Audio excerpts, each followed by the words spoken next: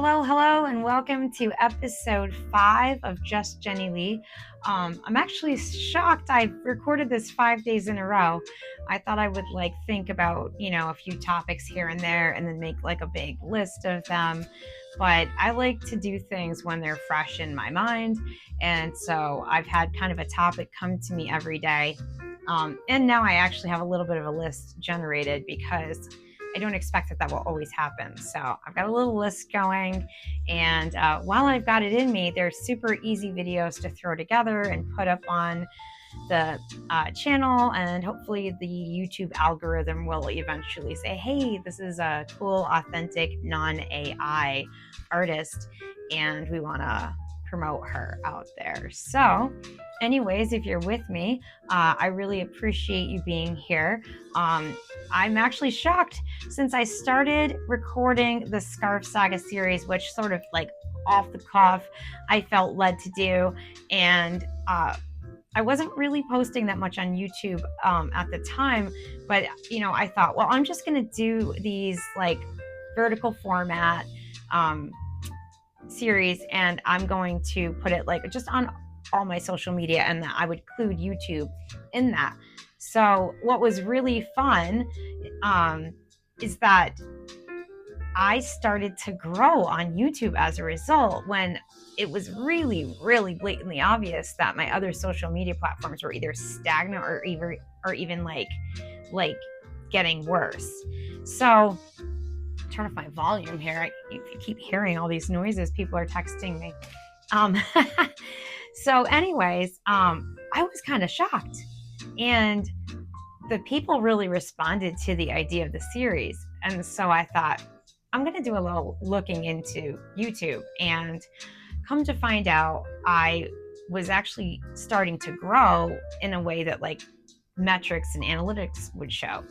So I had only had a few hundred followers. I do know that I had in the low 220s or whatever, and then I got some more followers, and I was kind of getting surprised about it. So I think the first screenshot I took was on December 31st, but I had already had a couple weeks, and I was at 254 followers, and I sent it to my husband because I was like, wow, this is crazy. That little Scarf Saga earned me 25 followers or something. And I was literally losing a follower here and there. I might gain a follower and then I'd lose 2 on the other platforms. So anyways, I decided that I would actually put effort into YouTube versus the other platforms, and they could just sort of be pointing you here. And I am so excited. I have gotten 60-ish new followers since the new year, and that may seem really tiny to people who have hundreds of thousands or even millions of followers or subscribers. Excuse me, that would be what you would be on YouTube. For me, that was just really exciting to see a 20% increase in subscribers just by putting some effort into actual YouTube. So then I started watching channels about YouTube creators and realized, oh my gosh, it's just a totally different platform than the other ones. And so I've kind of shifted my look of my page and my approach, and I'm just so grateful for each and every one of you, especially to the ones that have subscribed since I started posting my Scarf Saga back in December. It has really kind of lit a fire under me and given me so much energy and motivation to put myself out there. Now, if you watched any of my other episodes, you would know that I have been an artist for a long time. So you might wonder, well, this is weird. You just said you're turning 50. And you also said that you sold your first piece of artwork when you were 19. So what gives, right? Well, I was an old school artist, and you didn't show process. That would be showing your underwear or whatever. And it was just weird. And then I had a lot of life changes happen, and I didn't put a lot of value on my artwork. And, so I wanted to kind of talk about that today. I wanted to talk about how artists often undervalue, that's wanting to slide around, who they are and what they do, because sadly, and I'm not trying to call out anybody, but the people around them don't value it either. So I had this idea, but I didn't like get to recording it right away. And that was because my husband and I had actually been having a discussion about my newfound like YouTube success. It's so tiny, but you know what? For us in Porter Corners, upstate New York, just really ecstatic to see people responding to my artwork. You know, in person to person, if I'm in a gallery and 50 people responded positively to my artwork, that would be amazing. So like, to me, it's great. So anyways, my husband and I got to talking about my little bit of success here on with my posts. And I said to him, you know, you could be helpful. It's not like he's close friends with people he knows on social media, but he's got like 2,000 followers on or not followers, 2,000 friends on Facebook. They all call each other different things. On Instagram, he had his business page, and I think he had 1,500 people following him there. Whatever. So I said, you know, he's not in business for himself anymore, but I said, you know, you actually have, you know, connections and contacts, and you could do me a solid, and you could be helping to promote what I'm doing. You know, I'm like, I'm not just posting shorts anymore or little vlogs. I'm doing like actual long format episodes. You know, I'm just saying. And he's like, oh, that's a really great idea. Yeah, let me do that. And he was all like anxious and hyperactive to show his support. And I said, you know what strikes me as interesting though? You know, we had a business before, and I naturally promoted your business. And I said, I bet you if I ran like a cleaning business or something, you would have been posting my stuff a lot sooner. And he was like, well, and I said, no, it's not an attack. It's that I've honestly kind of discussed with you in the past how you don't value what I do the way you think you do. And it's not a criticism. It's, you need to see it from the artist's perspective. And the reality is if I did have a cleaning business, then he would naturally do that, right? Because there's like very quick return for your energy. Like if you're a cleaner and you get a quote and then you go clean that week and you get paid that day, you can see the long-term benefits of doing so very short term. And the problem with being an artist is that doesn't happen for a lot of people. For most people have to wait quite some time to get a good rate of return on what they are doing, what they're working on. I gotta get my water. I'm dying of thirst. Okay, I'm gonna keep that right here. Oh. So anyways, I said, in truth, it's understandable, but you know, it's looked at as like someone's hobby or outlet or whatever. And it's very hard to see how you could benefit from that or how that would be a benefit to the world, even if you're not financially doing anything with it. And it kind of like, really, it actually hit home for him. And he was like, gosh, I am so sorry. And I said, it's really just an interesting thing. It's just interesting to me, okay? Interesting to me as an artist to kind of know that you have to climb a bigger hill than if you're a plumber, right? Or if you're a lawyer.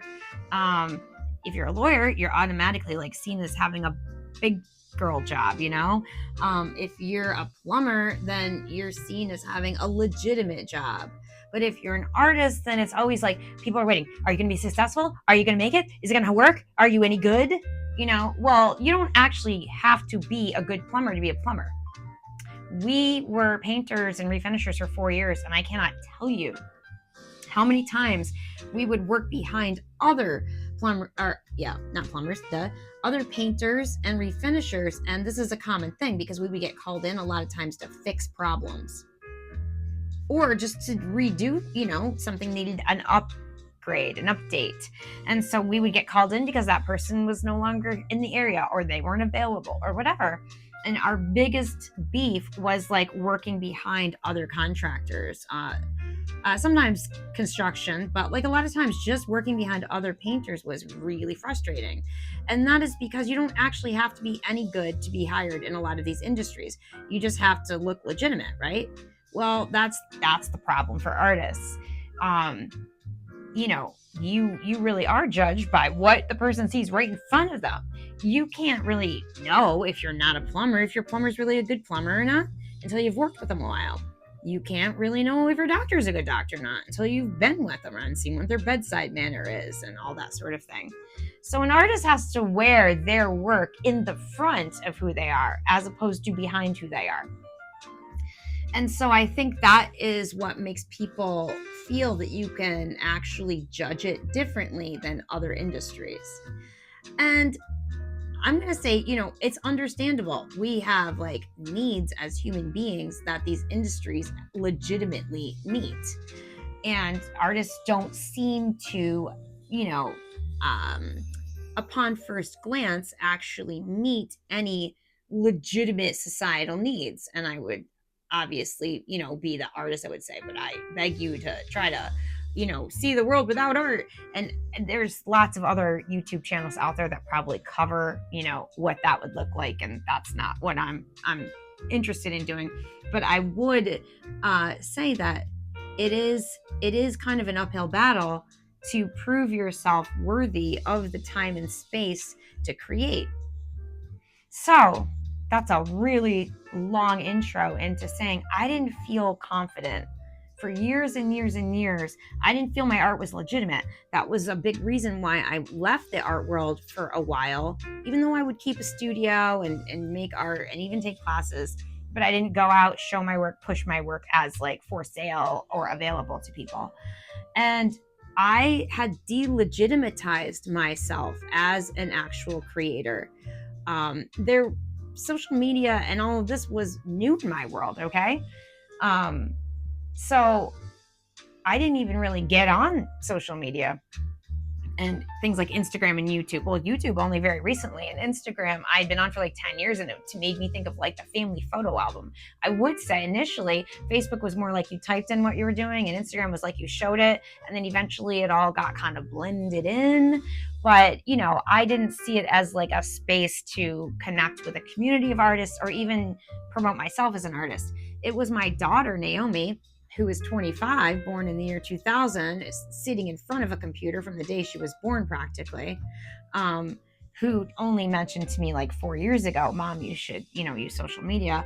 My husband and I started using it in 2019 or 2018 or whatever it was when he and his business partner were together. And I started seeing it as like a business opportunity, but again, still like did think about it like being artist business opportunity.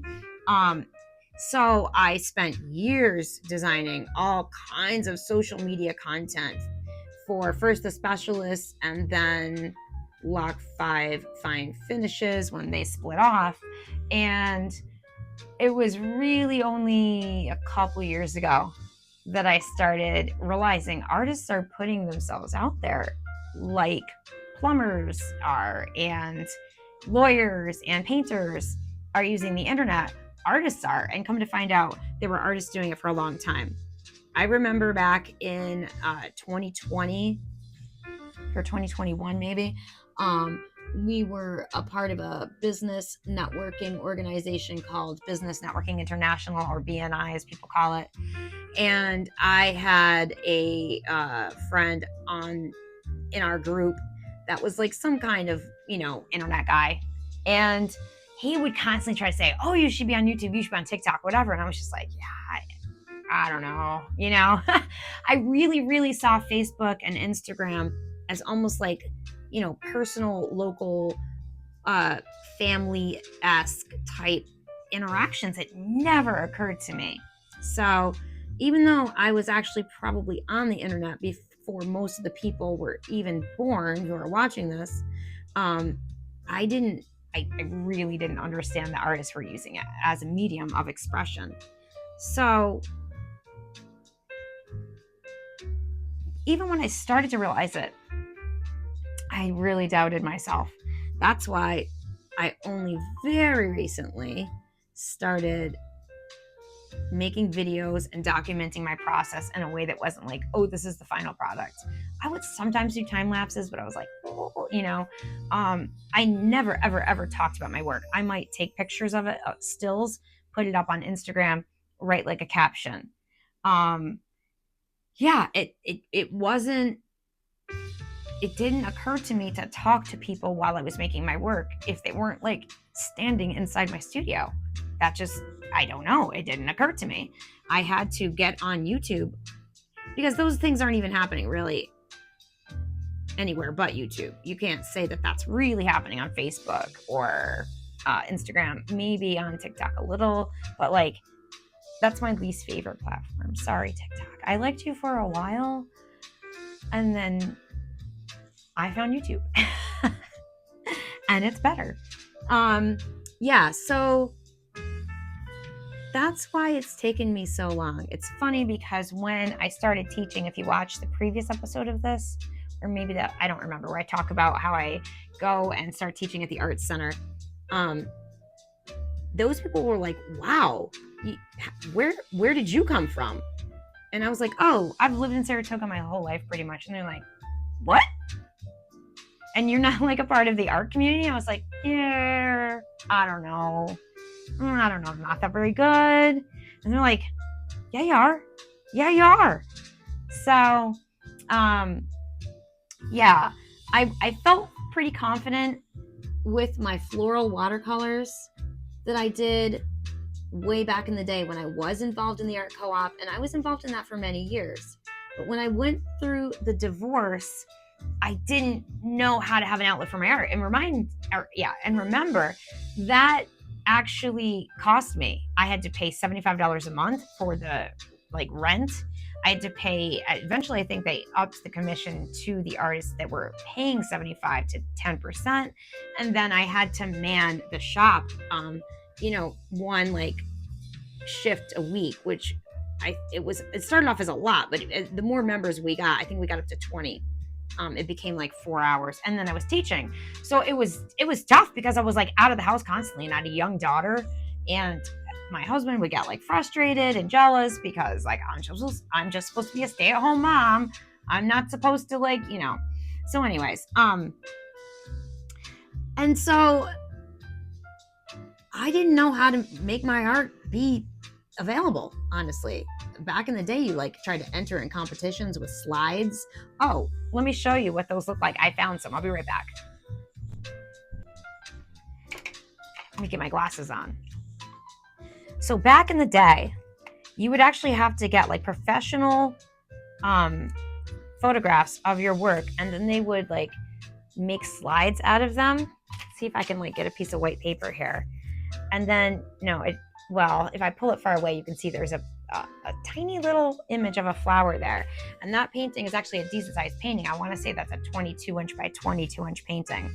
And then they would put the slides when you would mail it to the gallery or the competition center or whatever. They would put it in the projector and then they would put it up on the screen and the panel of judges would judge it. And so it was really hit or miss. It was challenging. I had entered into competitions and you're writing checks, and making sure you have enough stamps so that your slides will make it through the mail. Going through the divorce sort of made me not understand any sort of technology or any of that. And I dove into the medical field and psychology and all those things. And art was a part of my life, but it took a back seat. And it's not that I didn't pursue it at all. I did take classes and I always had a studio and I had a pretty extensive sketchbook. In fact, I'm thinking about doing a reel or a short of flipping through some of my sketchbooks, which would be fun. But yeah, art definitely took a back seat. And like I said in my Meet the Artist video, I only really got back into it really hardcore in the last couple of years because my husband's no longer in business for himself.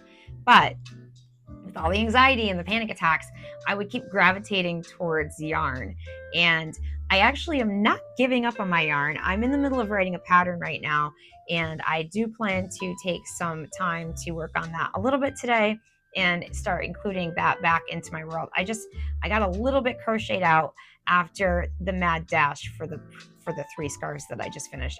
I needed to rest my wrist. It's a very repetitive movement, and I was getting some carpal tunnel. So of course, working with this Sharpie all day is going to do the same thing. So what are you going to do?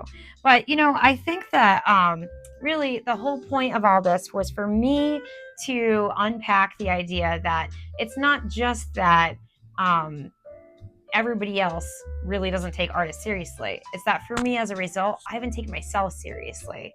And I am ready to do so. And if you're with me along for the journey, I just want you to know I really, really appreciate you. You have no idea what it means to me. I'm just filled with joy every time I open YouTube and say, wow, 300 people want to follow my journey and find out more about me. It's the coolest thing in the world. So thank you. And if you like this and you haven't subscribed, I'd love it. Drop me a comment if you're an artist and you want to connect. I'd love to be friends. Thank you so much for being here. I hope you have a fantastic day, and I'll catch you in the next video.